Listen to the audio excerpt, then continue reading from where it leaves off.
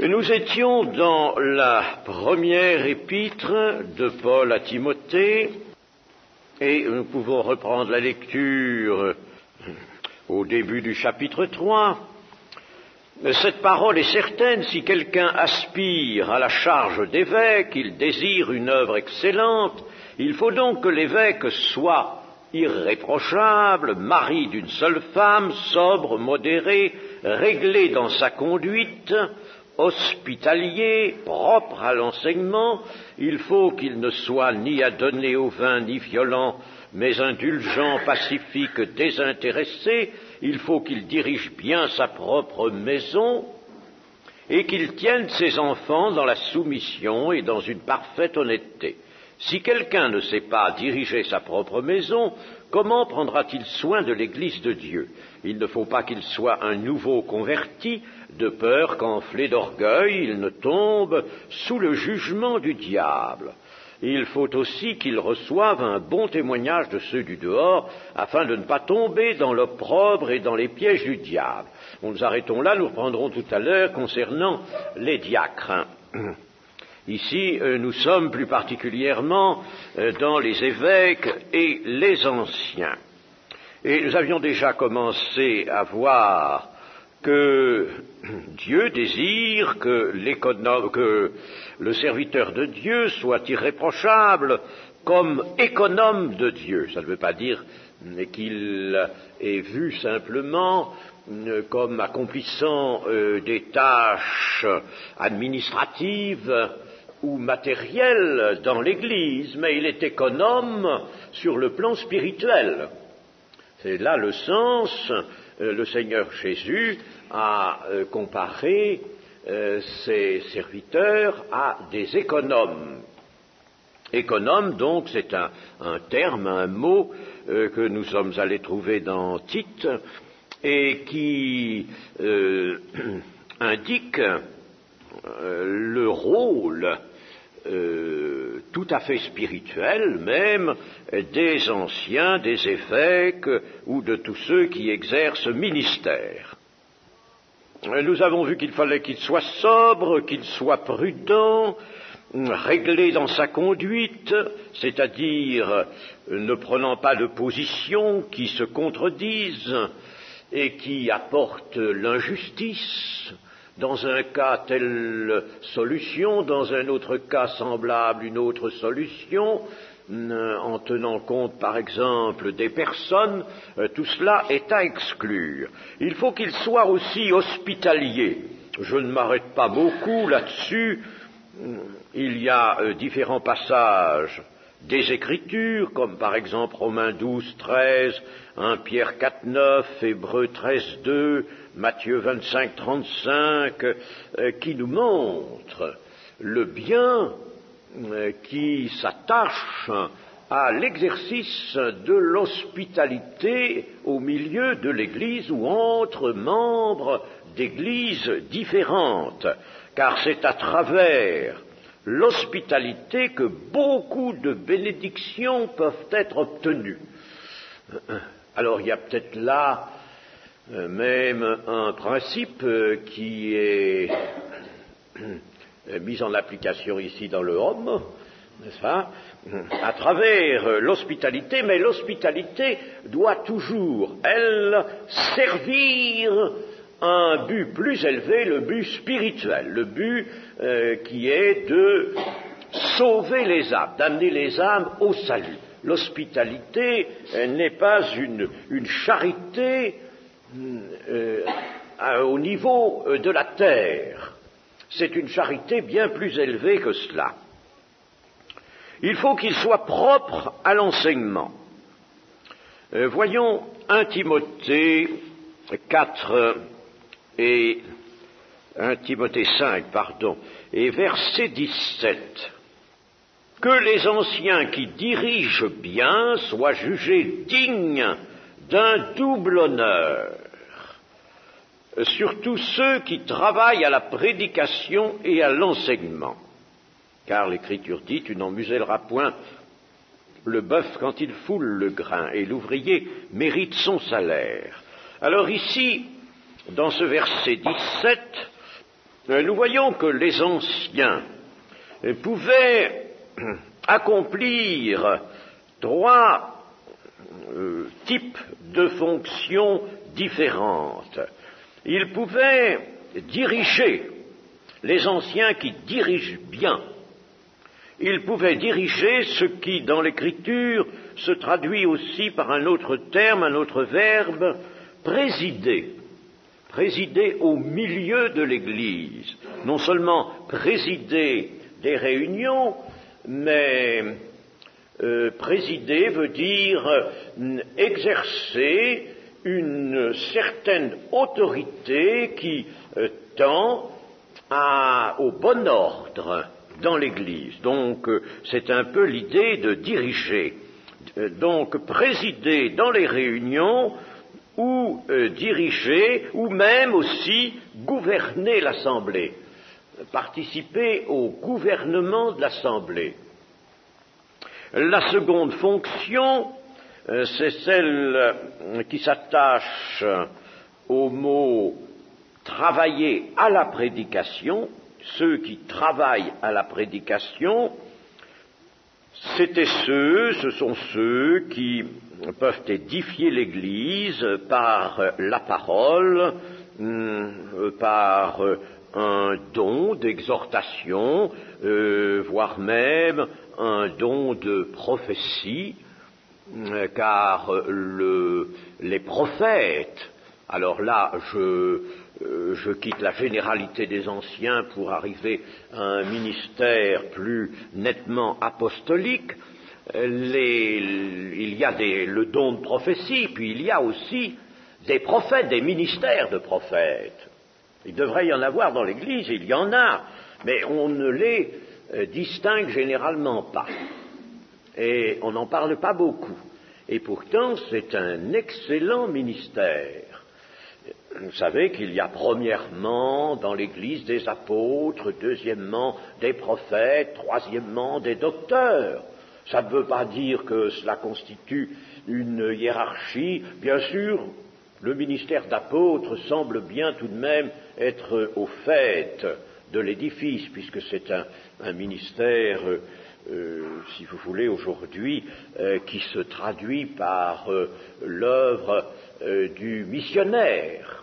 Le missionnaire qui va dans un champ encore inculte et qui établit des églises.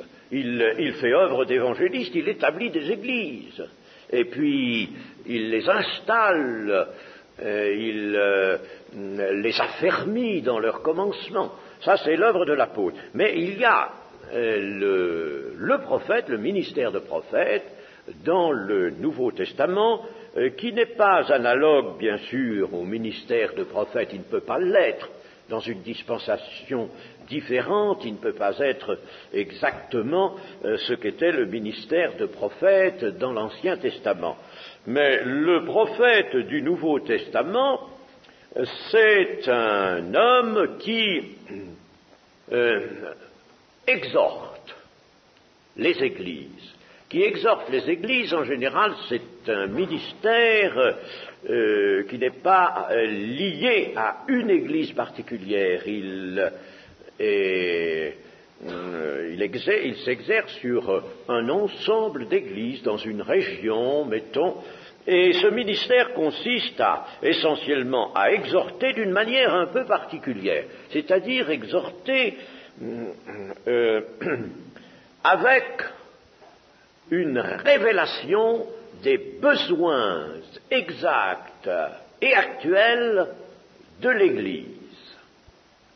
Le ministère de prophète est renseigné par Dieu de ce qui est le point faible ou de ce que sont les points faibles de l'Église, de ce que sont les problèmes de l'Église, de ce que sont les besoins des cœurs ou des vies dans l'Église, choses qui arrêtent la croissance ou qui sont en train de nuire à l'Église. Alors le prophète vient et il exhorte, certes il se sert de l'Écriture, mais il exhorte objectivement au-devant de ses besoins que personne ne lui a signalés. Il est guidé par l'Esprit. Voilà le ministère de prophète, c'est le ministère de Silas, dans l'Église primitive. Et alors, bien entendu, je ne dis pas que les anciens étaient tous des prophètes du Nouveau Testament, comme je viens de le dire, mais à un degré peut-être moins élevé, ils sont dans leur Église, parce que les anciens, véritablement ce qu'on appelle maintenant les anciens, eux sont attachés à une Église. Ils sont anciens d'une certaine Église. Ils ne sont pas anciens des autres églises, ils sont anciens d'une certaine église. Et alors, ils travaillent à l'édification courante, ils peuvent travailler, certains peuvent travailler à cela, pas tous. Et puis alors, troisième fonction, c'est l'enseignement. Vous voyez que les anciens qui dirigent ou président soient jugés dignes d'un double honneur, surtout ceux. Alors, donc, parmi ceux qui dirigent, qui conduisent l'Église,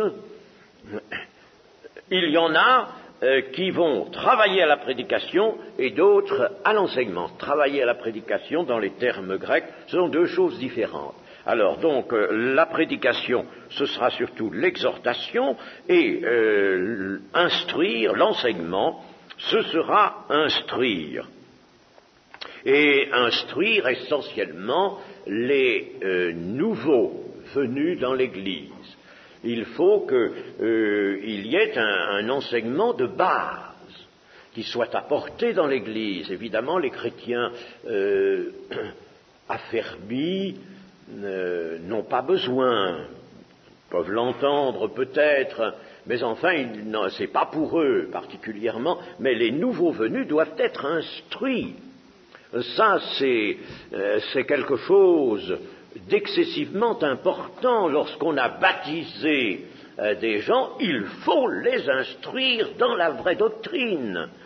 C'est indispensable, et par conséquent, il faut faire, en somme, peut-être un cours élémentaire, quelque chose comme ça, n'est-ce pas, un cours élémentaire pour les amener au niveau de connaissance des autres. Et puis alors après, il y a un enseignement pour toute l'Église. Mais cela peut dépasser le ministère d'anciens, et cela revient particulièrement au ministère de pasteur ou de docteur. Voilà pour ce que dit ici Timothée, dans notre chapitre 3, qu'il soit propre à l'enseignement. J'ai voulu, à ce sujet-là, vous montrer qu'il y avait enseignement, mais que tous ne participent pas à l'enseignement, bien entendu. Vous savez que Jacques dit dans son chapitre 3 qu'il y en ait peu qui instruisent, parce que nous serons jugés plus sévèrement. C'est très délicat de manier l'enseignement, très délicat. On peut, si l'on n'est pas vraiment choisi par Dieu pour cela, on peut faire du mal, du tort à l'Église, n'est-ce pas? Dire ou enseigner une doctrine mal fondée, mal établie, c'est très délicat. Il faut prendre de grandes précautions pour enseigner, qu'il y en ait peu qui enseignent. Et il y a une recommandation concernant la propre maison de l'évêque. Si quelqu'un ne sait pas diriger sa propre maison, comment prendra-t-il soin de l'Église? Il faut qu'il dirige bien sa propre maison, qu'il tienne ses enfants. Vous voyez, il y a des précisions dans la soumission et dans une parfaite honnêteté. Bien gouverner l'Église est certainement plus délicat, plus difficile que de diriger sa propre maison. Mais diriger sa propre maison, c'est un minimum indispensable. Dans l'évangile de Luc, au chapitre 16 et au verset 10, nous avons ce verset bien connu: « Celui qui est fidèle dans les moindres choses l'est aussi dans les grandes, Et celui qui est injuste dans les moindres choses l'est aussi dans les grandes. Injuste, voyez, pas nécessairement celui qui commet de l'injustice par carence ou parce qu'il a l'esprit mal disposé, mais injuste dans les Écritures, ça veut dire celui qui n'agit pas selon la volonté de Dieu, selon le conseil de Dieu.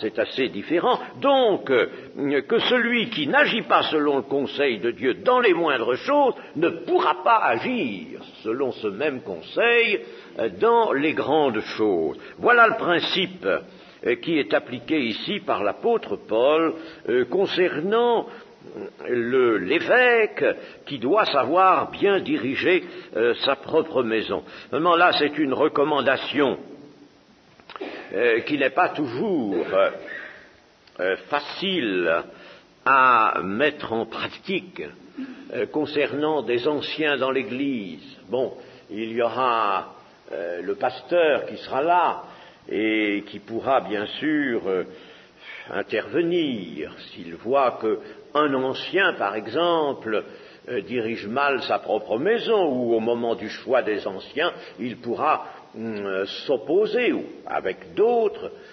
s'opposer à ce que cet homme soit désigné comme ancien. Mais quand il s'agit du pasteur, c'est pas si facile que ça. Enfin, il y a là une grande difficulté parce que nous n'avons pas d'organes placés au fait de l'Église, comme en Amérique par exemple, où ils ont des intendants et même un superintendant. Nous n'avons pas ça en France. Mais enfin, en faisant appel à la grâce du Seigneur, tout doit pouvoir rentrer dans l'ordre. Le zèle et la fidélité dans le gouvernement de l'Église peuvent provenir soit d'un désir de plaire aux hommes, ou soit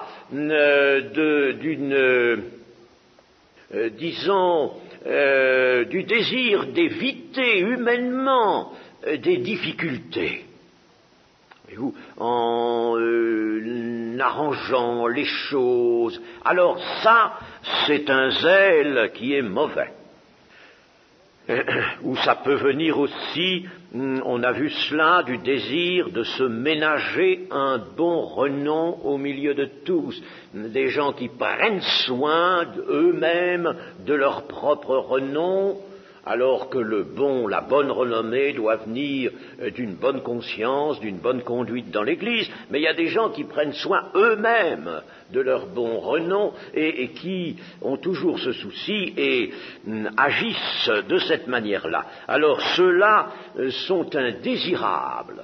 Comme administrateurs de l'Église, il faut absolument que tout évêque, tout ministre établi sur l'Église, dans un ministère ou l'autre, et surtout dans le ministère de pasteur, dans celui d'ancien, s'il y a des anciens, il faut que tout ministre soit mu par l'amour de Dieu et par l'amour des brebis, et qu'il fasse tout, par conséquent, par le moyen de la prière, en se laissant inspirer par le sentiment de ce qui est juste, de ce qui plaît au Seigneur.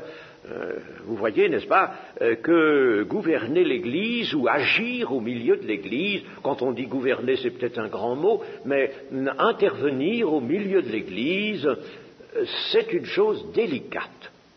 Délicate. On peut faire du dégât si on n'est pas vraiment mu par l'amour de Dieu. Qu'il ne soit pas un nouveau converti, c'est-à-dire littéralement un néophyte, ou on peut dire aussi littéralement un nouveau planté. Un nouveau planté dans l'Église.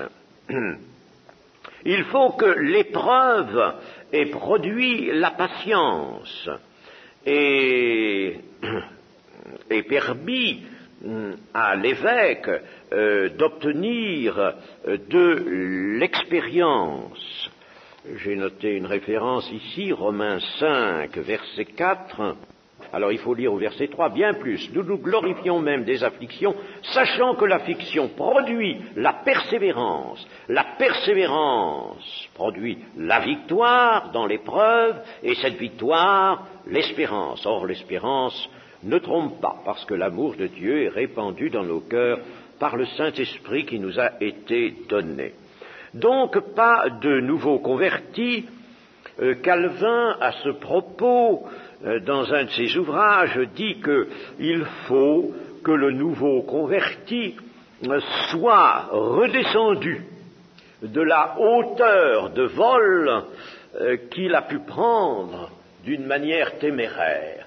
Il veut dire ceci, un nouveau converti qui est dans ce premier amour, l'amour de la conversion, un amour magnifique, qui est prêt à tout, vraiment, il se donne, mais il est sans expérience. Au début, c'est parfait, c'est bien, ses paroles ont même une certaine puissance, une certaine force, on y sent l'amour de Dieu, et elles font du bien. Son témoignage peut même produire immédiatement du fruit, mais très vite, ce nouveau planté, ce nouveau converti, va vouloir faire, agir quelque chose, sans expérience, avec une vision qui manque précisément de cette sagesse qui ne s'acquiert et de ce discernement qui n'est le propre que de l'homme fait dont parle Hébreux 5. Et alors, ce nouveau converti va s'envoler, prendre son vol, disait Calvin, alors il faut attendre qu'il soit redescendu un peu sur la terre avant de l'utiliser vraiment à quelque chose.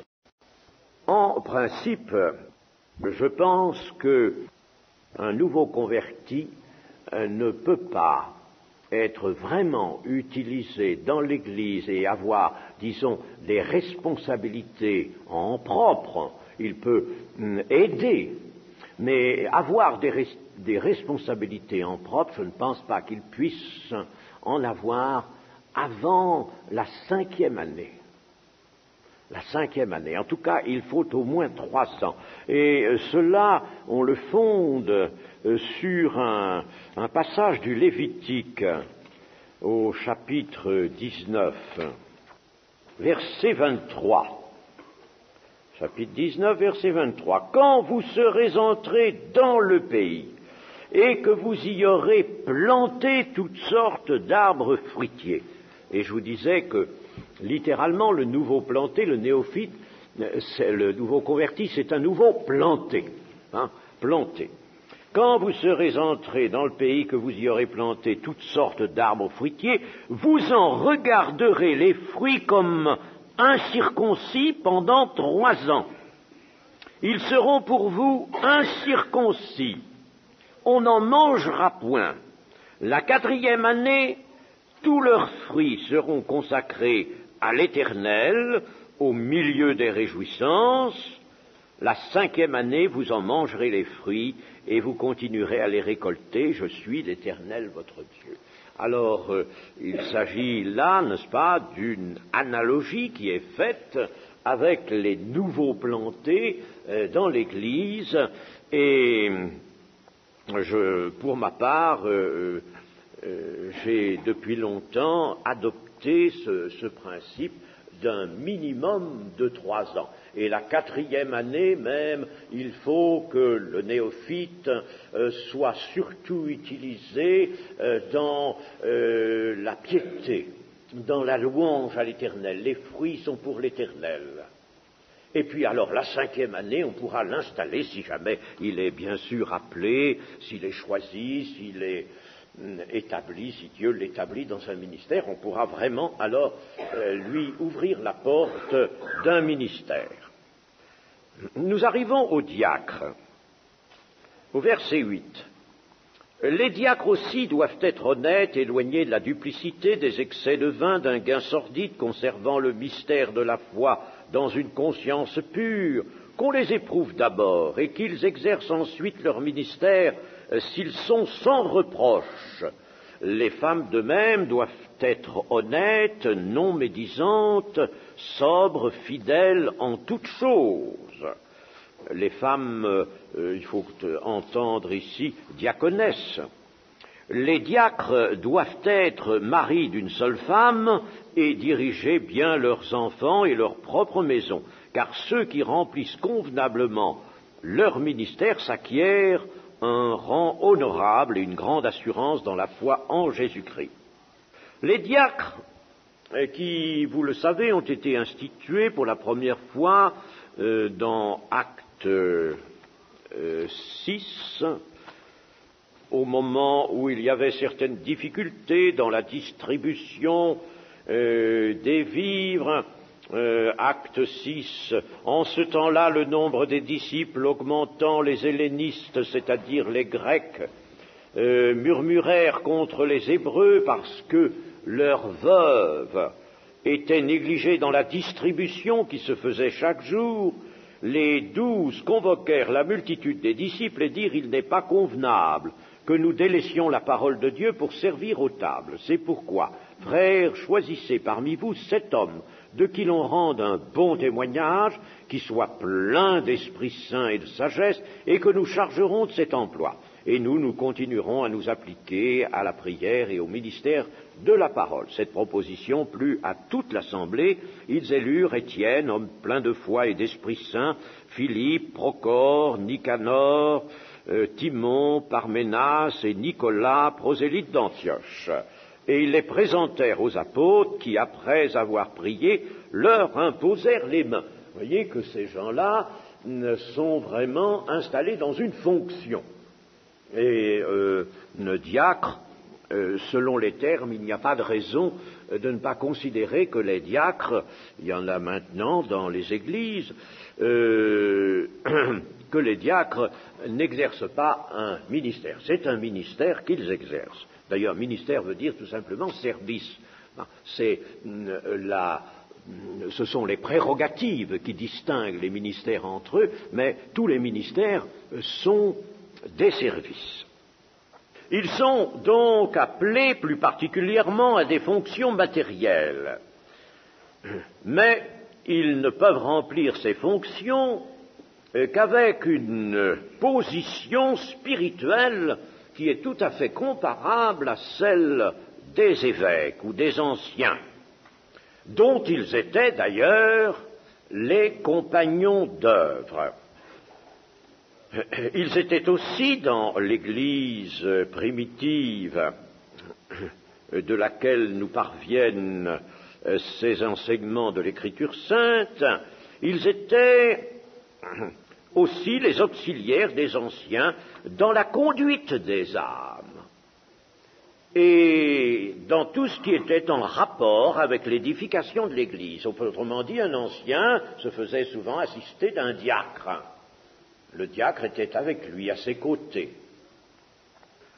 Personne ne peut être exclusivement attaché dans l'Église de Jésus-Christ à un service matériel ou à des travaux manuels. Je dis exclusivement attaché à des travaux manuels ou à une tâche matérielle.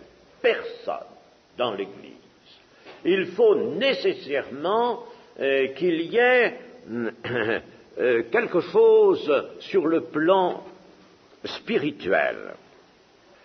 Tout auxiliaire de l'Église doit être spirituel et indemne de tout reproche. Celui qui assure des charges, alors purement spirituelles, comme l'apôtre, le prophète, le docteur, le pasteur, celui-là ne peut, bien sûr, nous le comprenons aisément, qu'avoir un comportement édifiant, et cela dans les plus petites choses, comme nous l'avons vu dans Luc. les charges matérielles sont, elles aussi, alliées au même comportement spirituel. Il est impossible, n'est-ce pas, de voir quelqu'un qui soit chargé d'une fonction purement matérielle, de travaux, n'est-ce pas, par exemple, n'est-ce pas, et puis qu'on puisse considérer comme dégagé de toute obligation du côté spirituel, dans sa vie, dans la signification spirituelle de son être, de sa vie, de son comportement. C'est impossible dans l'Église. Impossible. Par conséquent, on comprend très bien ce que l'apôtre Paul nous dit ici. Toute charge met celui qui l'exerce en relation nécessairement avec les autres. Dans l'Église, c'est ainsi. Il n'y a pas des gens qui sont des ouvriers et puis que personne ne regarde, ne considère, on ne leur parle pas, ils ne parlent pas aux autres. Ça n'existe pas, ça ne peut pas exister. Ils sont nécessairement en relation avec les autres et ils sont à la vue des autres et ils font partie du corps de l'Église. Il faut à ces relations, par conséquent, les relations de toute personne qui exerce une charge avec les autres frères, il faut l'authentique réalité du témoignage chrétien. Les diacres peuvent d'ailleurs avoir accès à l'intérieur des familles, ou alors ils devront apporter la bonne odeur de Christ autant que les anciens.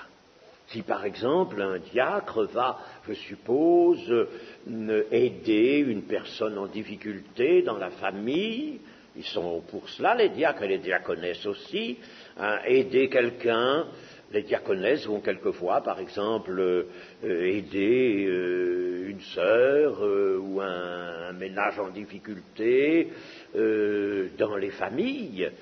Eh bien, il faut que ce diacre, cette diaconesse, apporte la bonne odeur de Christ, tout autant que l'ancien, que le pasteur, lorsqu'il ferait une visite.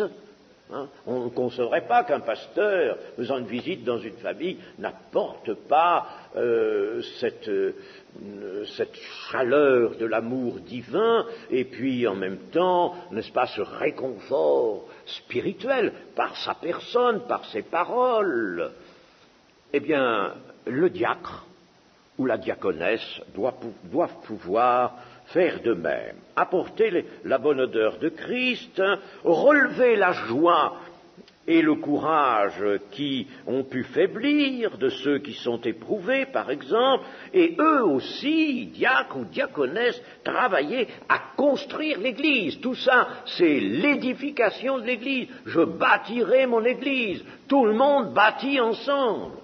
Vous voyez bien nos frères ici, là, dans le home, n'est-ce pas? Ils sont tous à construire quelque chose, à bâtir quelque chose. Eh bien, c'est l'image, c'est la figure. Tous ensemble, on construit. Par conséquent, on comprend très bien que les exigences concernant les diacres n'ont pas à être moindres que celles qui intéressent les anciens ou les évêques. Il ne peut pas y avoir, n'est-ce pas, des paliers. Oh, le pasteur, lui, il faut que ce soit un homme spirituel et absolument irréprochable, au-dessus de tous. L'ancien, peut-être un peu moins, et le diacre encore un peu moins. Ça, c'est une mauvaise conception. Mauvaise conception. Très mauvaise. Au verset 9, nous avons vu conservant le mystère de la foi dans une conscience pure. La foi dans sa nature, comme dans son objet, comme aussi dans la puissance qu'elle met en œuvre, est un mystère. La foi est un mystère. C'est un mystère. Il y a là, dans le cœur de l'homme, un sens spirituel qui qui jaillit, qui s'élance, c'est une force qui sort du cœur de l'homme. La seule chose que Dieu ait mise dans l'homme et maintenue dans l'homme devenu pécheur, devenu révolté contre lui, la seule chose qu'il ait maintenue en vue de son salut, il a mis dans le cœur de l'homme la pensée de l'éternité. Ce qui veut dire, c'est dans l'Ecclésiaste cela, ce qui veut dire, n'est-ce pas, une aspiration toujours. C'est un sens. Et le Seigneur Jésus parle de ce sens qui est dans le cœur, comme des yeux, des oreilles. Ils ont des yeux pour voir, des oreilles pour entendre, et ils ne voient ni n'entendent, ils ne veulent pas voir et entendre. Alors je me refuse, moi, à les guérir. Eh bien, donc la foi est un mystère. Elle est l'action de l'homme dans le domaine invisible, dans le surnaturel, surtout si cette foi est celle d'un homme chargé de ministère ou d'une femme diaconesse, n'est-ce pas? L'action de l'homme, donc, la foi est une action de l'homme dans le domaine invisible. Et la constante manifestation de la foi échappe au raisonnement. C'est donc un mystère. C'est un mystère. Échappe à un examen, à une analyse humaine. On aurait beau amener tous les psychologues de la terre devant un homme de foi, ils ne découvriraient absolument rien. Encore moins les psychanalystes. C'est quelque chose qui échappe, par conséquent, aux investigations de l'esprit humain. Il y a un mystère, c'est vrai, la foi est un mystère.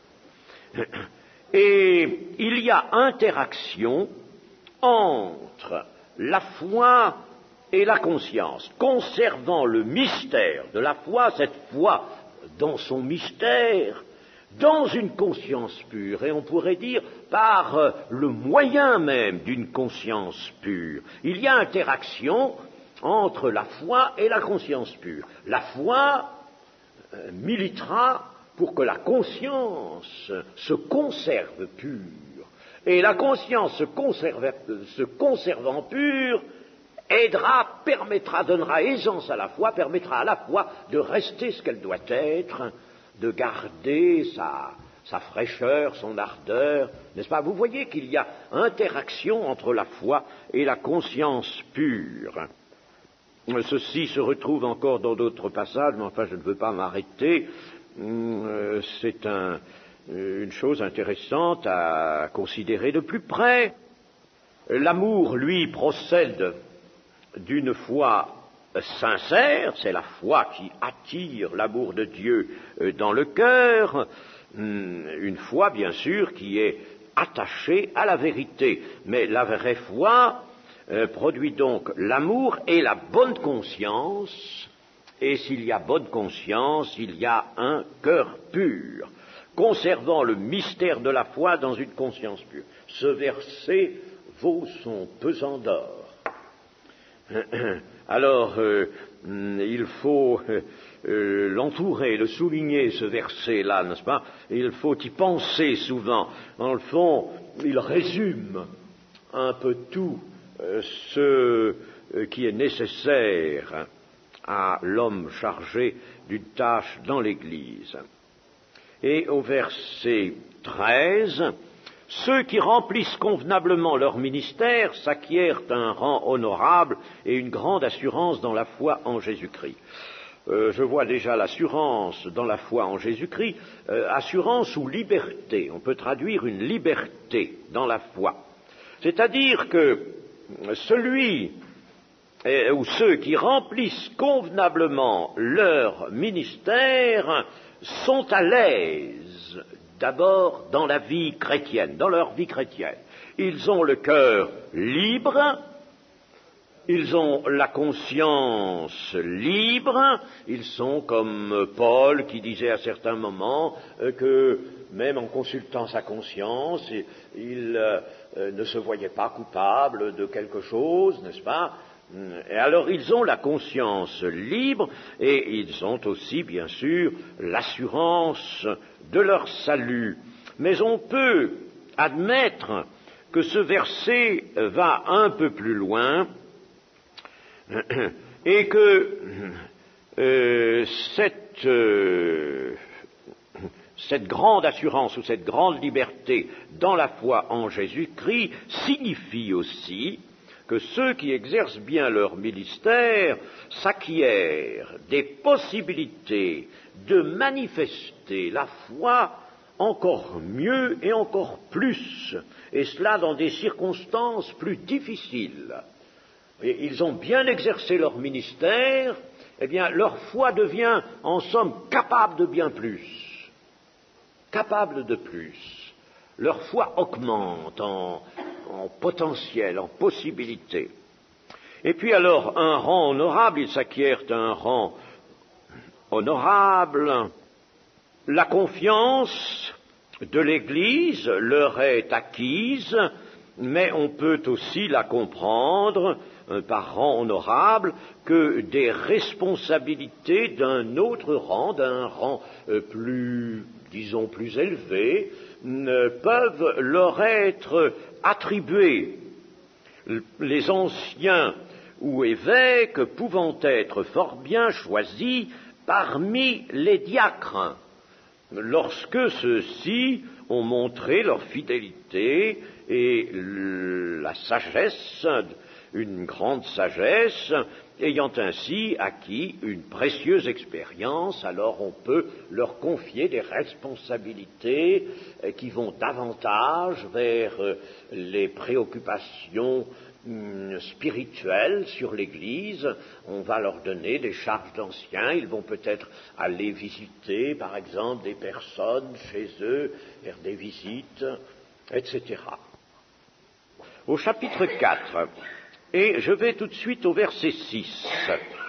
En exposant ces choses aux frères, tu seras un bon ministre de Jésus-Christ, nourri des paroles de la foi et de la bonne doctrine que tu as exactement suivies. En exposant ces choses aux frères. Mais quelles choses?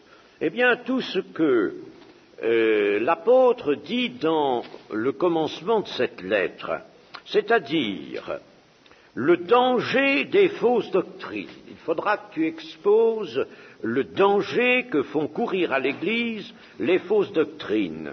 Il faudra que tu exposes aussi, au chapitre 2, la persévérance dans la prière. Et quelle prière? Eh bien, des requêtes, des actions de grâce pour tous les hommes, pour les rois, pour tous ceux qui sont élevés en dignité, afin que nous menions une vie paisible et tranquille en toute piété et honnêteté. Cela est bon et agréable devant Dieu notre Sauveur, qui veut que tous les hommes soient sauvés et parviennent à la connaissance de la vérité. Il veut que tous les hommes soient sauvés, ça ne veut pas dire qu'ils le seront, étant donné que l'incrédulité subsistera, hélas, chez beaucoup d'hommes. Mais le vœu de Dieu, n'est-ce pas, c'est que tous les hommes soient sauvés. Par conséquent, il faut agir dans le sens qu'indique ici le chapitre 2. Alors il faudra que Timothée enseigne ces choses, donc il faudra que quelqu'un qui est chargé de ministère, à quelque titre que ce soit, même si c'est une diaconesse,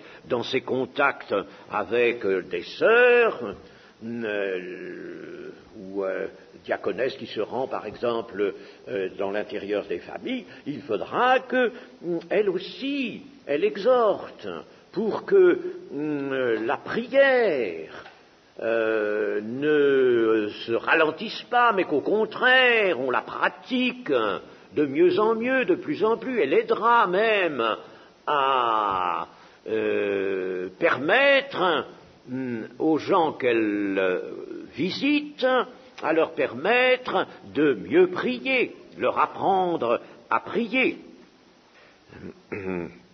Et puis, il y a les devoirs des femmes aussi. Il faudra que Timothée, donc il faudra que tout évêque ou tout ancien ou même tout diacre puisse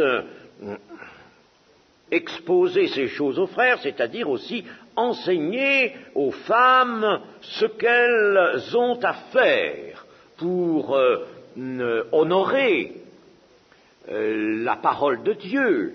Je veux aussi que les femmes vêtues d'une manière décente, avec pudeur et modestie, ne se parent ni de tresses, d'or, etc., n'est-ce pas? Bon, tout cela ne peut être commenté, mais il faut, bien sûr, l'enseigner avec douceur, sans prendre le ton et la manière du légalisme, mais il faudra tout de même enseigner ces choses. Il faudra qu'elles soient enseignées dans l'Église. Et vous voyez qu'il n'est pas possible d'accepter un relâchement sur des points comme ceci. C'est absolument impossible, n'est-ce pas? Ou alors, n'est-ce pas, on est défaillant, ou alors on commence à perdre pied et abandonner la parole de Dieu sur certains points, à s'éloigner d'elle. Il faudra donc que toutes ces choses soient enseignées. Puis aussi, l'intrusion des esprits séducteurs. Au chapitre 4, l'Esprit dit expressément que dans les derniers temps, quelques-uns abandonneront la foi pour s'attacher à des esprits séducteurs et à des doctrines de démons par l'hypocrisie de faux docteurs, portant la marque de la flétrissure dans leur propre conscience. Alors, il faudra exposer ces choses aux frères pour être un bon ministre de Jésus-Christ, nourri des paroles de foi et de la bonne doctrine que tu as exactement suivies. Vous voyez que, avec l'enseignement de la doctrine, et pour maintenir cette doctrine, il y aura lieu d'user de certains avertissements, de certaines mises en garde. Il faudra prévenir que l'Église soit prévenue de ces choses, sans exagération, sans alarmer personne, mais il faudra que ces choses soient clairement dites. C'est une chose, voyez-vous, qui mérite d'être reconsidérée aujourd'hui dans l'Église. Il n'est pas bon de faire mystère sur les choses qui sont scabreuses, défaillantes, sur l'œuvre de certains hommes. Il ne faut pas faire mystère. Dès que l'on est certain que certains hommes s'engagent dans un travail qui peut être qualifié comme celui du faux docteur ou du faux prophète, alors là, il faut en avertir l'Église. Et puis au verset 7, repousse les contes profanes et absurdes. La première épître de Tite, l'épître de Tite, pas la première, il n'y en a qu'une, au chapitre 1er, je veux dire, et au verset 14, porte ceci: et qu'il ne s'attache pas à des fables judaïques et à des commandements d'hommes qui se détournent de la vérité.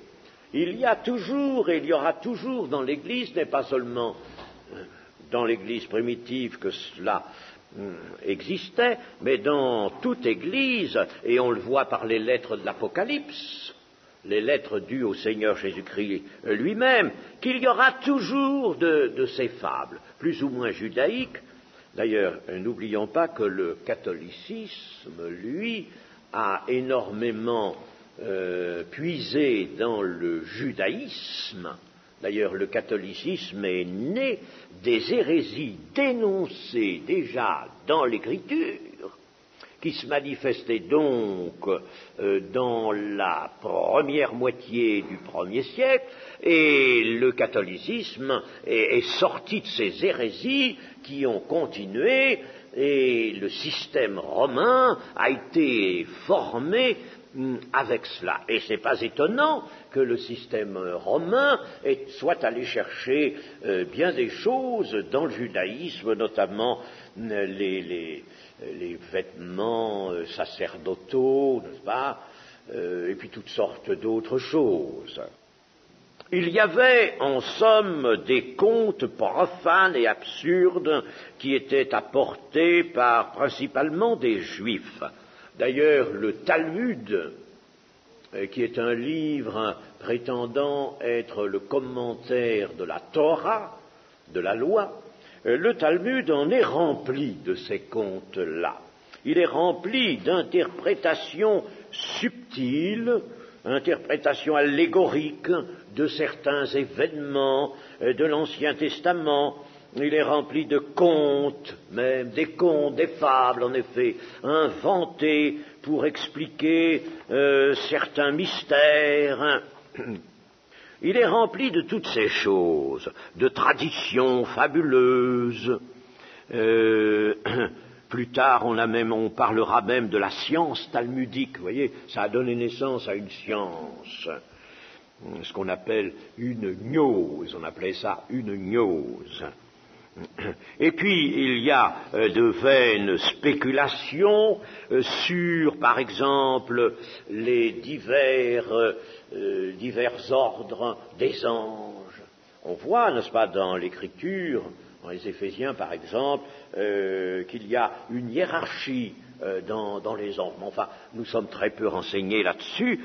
Eh bien, chez les Juifs, on avait inventé toutes sortes de choses.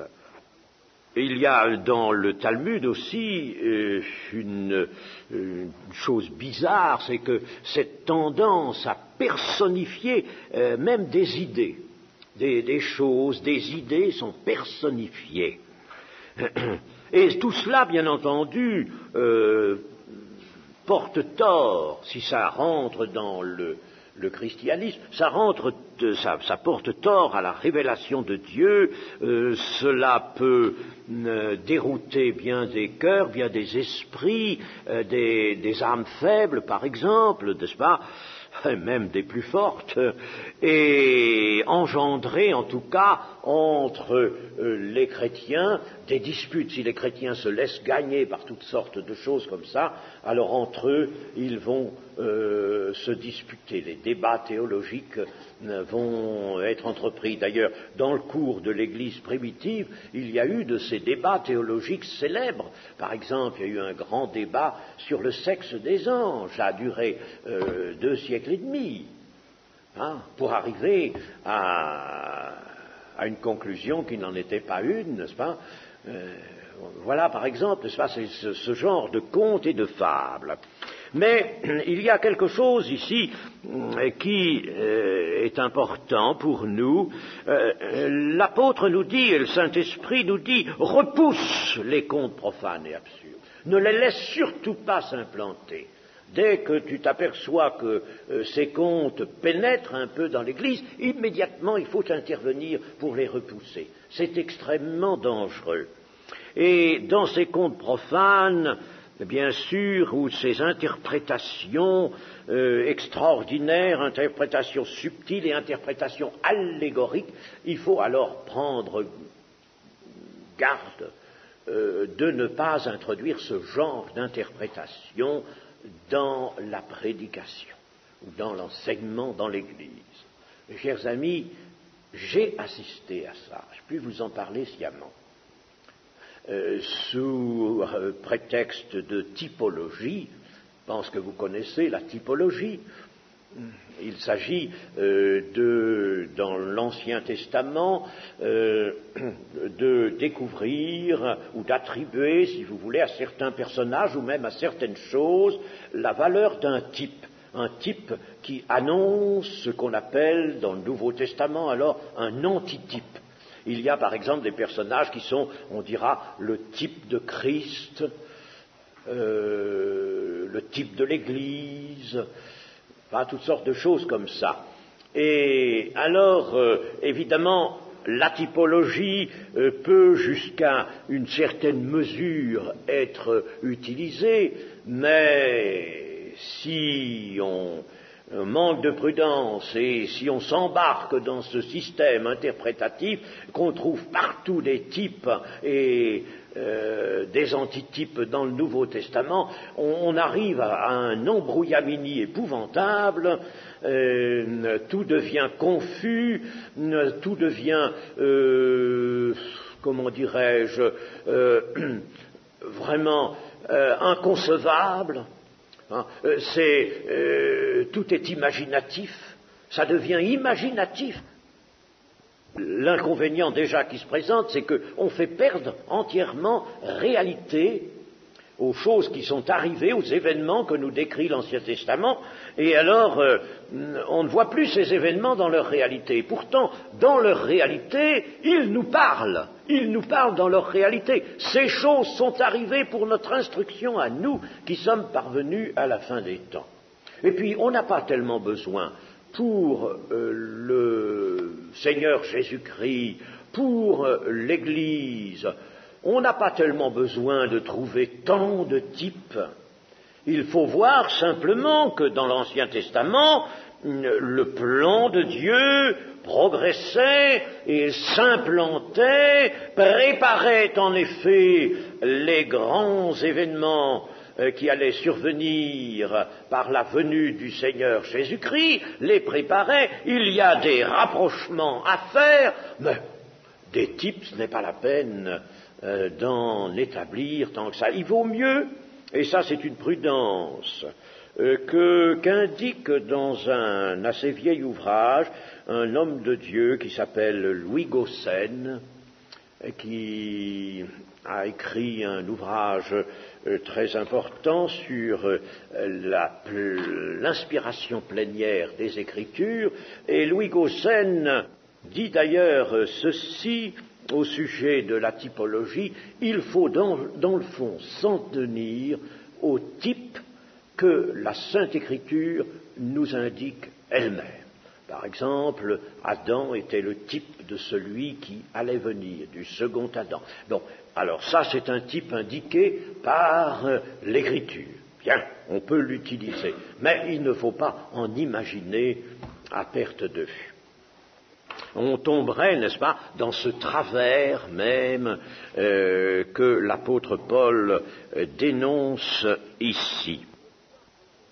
Exerce-toi à la piété, nous est-il dit au verset 8. Exerce-toi à la piété, car l'exercice corporel est utile à peu de choses, tandis que la piété est utile à tout, ayant la promesse de la vie présente et celle qui est à venir. Exerce-toi à la piété. La piété qui exige, avant toute chose, une vie de communion avec Dieu, communion avec le Père et avec le Fils.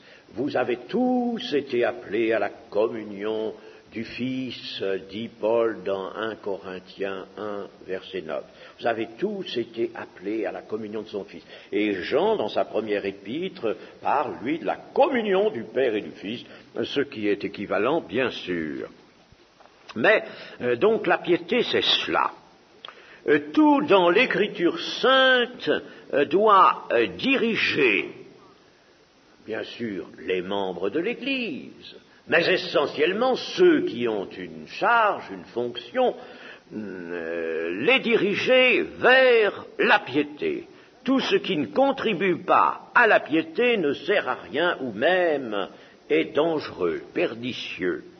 Et l'apôtre Paul parle ici de l'exercice corporel. L'exercice corporel est utile à peu de choses. Il ne dit pas que c'est absolument inutile, mais utile à peu de choses.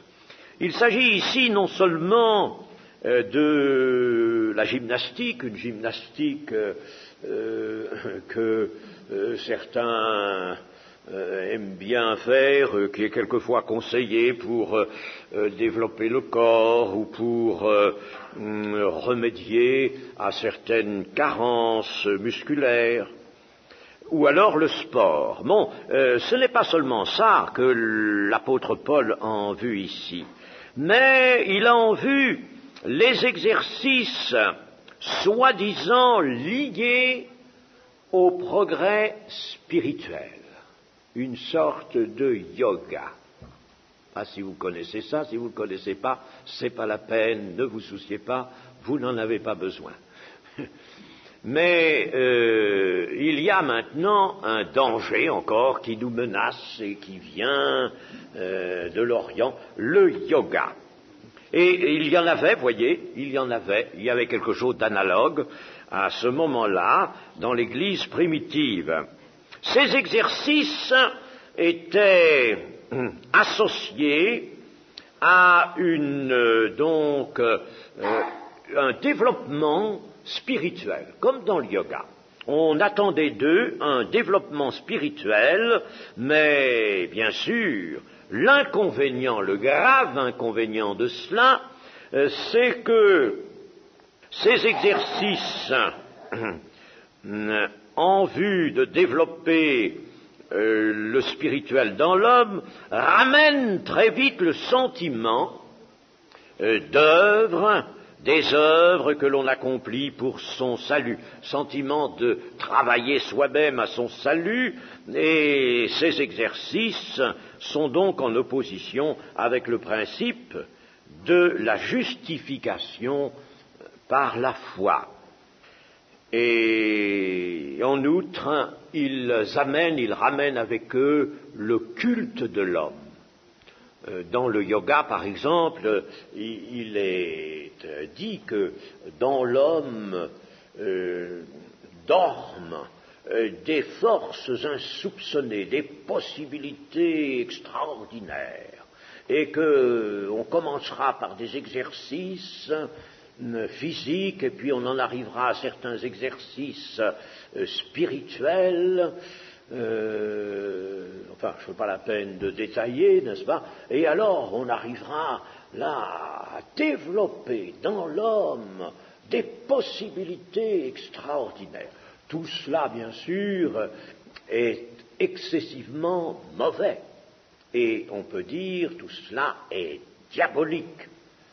Il y a une femme qui est maintenant enfant de Dieu, évangélique, et qui est agrégée de lettres. C'est donc une femme très cultivée. Et alors, elle s'était lancée, elle est assez jeune, elle s'était lancée dans le yoga, avant d'être enfant de Dieu, d'être convertie. Elle s'était lancée dans le yoga, elle avait trouvé ça extraordinaire, magnifique, elle avait placé là-dedans un très grand espoir. Et au point qu'elle était devenue elle-même une monitrice, une yogiste. Et alors, ça semblait aller très bien. Elle faisait faire ses exercices à des élèves qu'elle avait, et alors elle semblait avoir jusque-là une certaine démonstration parmi ses élèves qu'il y avait en effet élévation dans les possibilités humaines, intellectuelles même, des possibilités de la pensée. Quand un jour son meilleur élève a piqué une terrible dépression nerveuse. Mais alors, quelque chose de terrible, n'est-ce pas? Il était absolument dépouillé de toute lucidité. Alors, il a fallu l'introduire dans un établissement de soins, et ça a duré longtemps. Alors, cette pauvre yogiste, cette pauvre femme, n'est-ce pas, a été atterrée elle-même. Comment?